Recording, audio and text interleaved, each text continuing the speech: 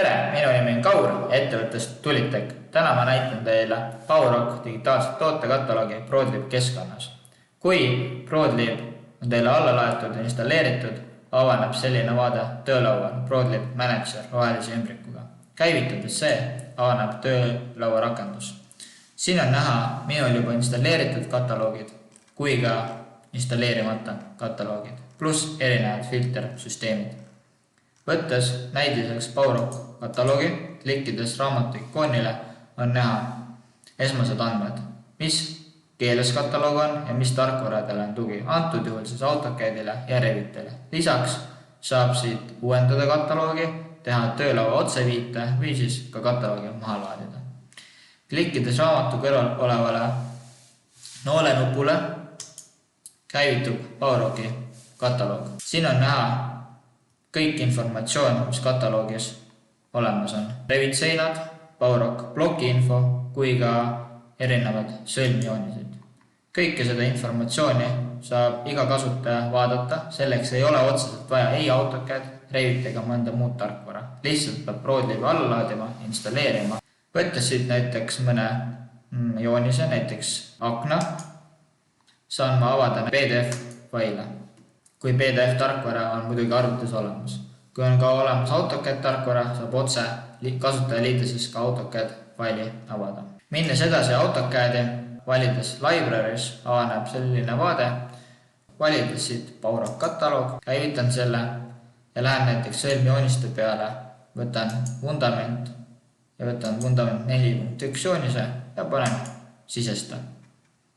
Võtan siit näiteks katus, võtan 4.3 ja võtan uuesti sisesta 3 hiireklikki ja sõlmjoonis on minul projektis olemas. Täpselt samamoodi toimib asi ka Autodesk Revit tarkvaras. Võttes Revit tarkvara lahti, avaneb selline vaade, kus siis on samamoodi Prodlib add-in, valin siit PowerRock tootekatalogi ja käivitan selle. Võtan siit PowerRock Wall Structures ja võtan tellisvoodriga välisseina, PowerRock Ecoterm Plus 500.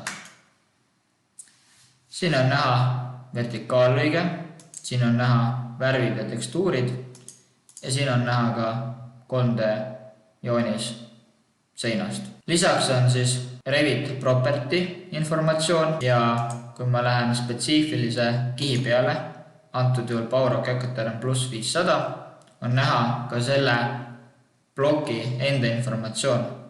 See informatsioon jookseb kõik Revitisse kaasa. Seda Revit seina saab kohe otse sisestada, insert as wall ja tõmban ta Revitisse. Klikkides selle mitmekihilise seina peale, vajutan edit type, näen nüüd seda informatsiooni, mis tuleb Revitisse kaasa. Tootja nimi, tootja koduleht, tihedused, tugevused, tulepüsivused, helipidavused ja nii edasi. Minnes nüüd structure ja valides edit, võttes PowerRock Ecoterm Plus kihi, saan ma vaadata Material browserist materjali enda infot. Näiteks saan ma vaadata siit, mis on Ecoterm Plus bloki survetugevus või tihedus või siis tema termelisi väärtusi. Minnes edasi PowerRock tootekatalogi on võimalus ka seda seina kohe ise seadistada endale vastavaks. Valin siit configure, panen joonisele nime ja avaneb selline vaade. Siin ma saan ära täita projekti info, see info jookseb kirjanurka. Saan muuta seinakihte, näiteks midagi ära kustutada või hoopis lisada, näiteks lisan soojustuse kihi. Võtan siit mineraalvill, panen kihi paksuseks 150 mm. Seda kihi asukohta saan ise vabalt muuta, panen ta 3. kihiks väljapoolt tulles. Siit edasi saan ma selle sama eelseadistatud seina endal Revitisse sisestada, täpselt nii nagu eelmisel korral. Täpselt see sama informatsioon jookseb Revitisse kaasa ja täpselt seda sama infot saan vaadata ka Ecoterm Plus bloki kohta Revit Material browseris. Täpselt seda sama eelseadistatud seina saan ma ka otse välja trükkida PDF kujul ja ka AutoCADis juba saab igaüks näiteks ise neid kihte veel muuta või siis lisada endale sobiva kirjenurga. Nagu näha, saab seadistada endale vajamineva seina, sisestada selle Revitisse, teha DXF joonise näiteks või siis kohe PDF väljatrükki. Head kasutamist!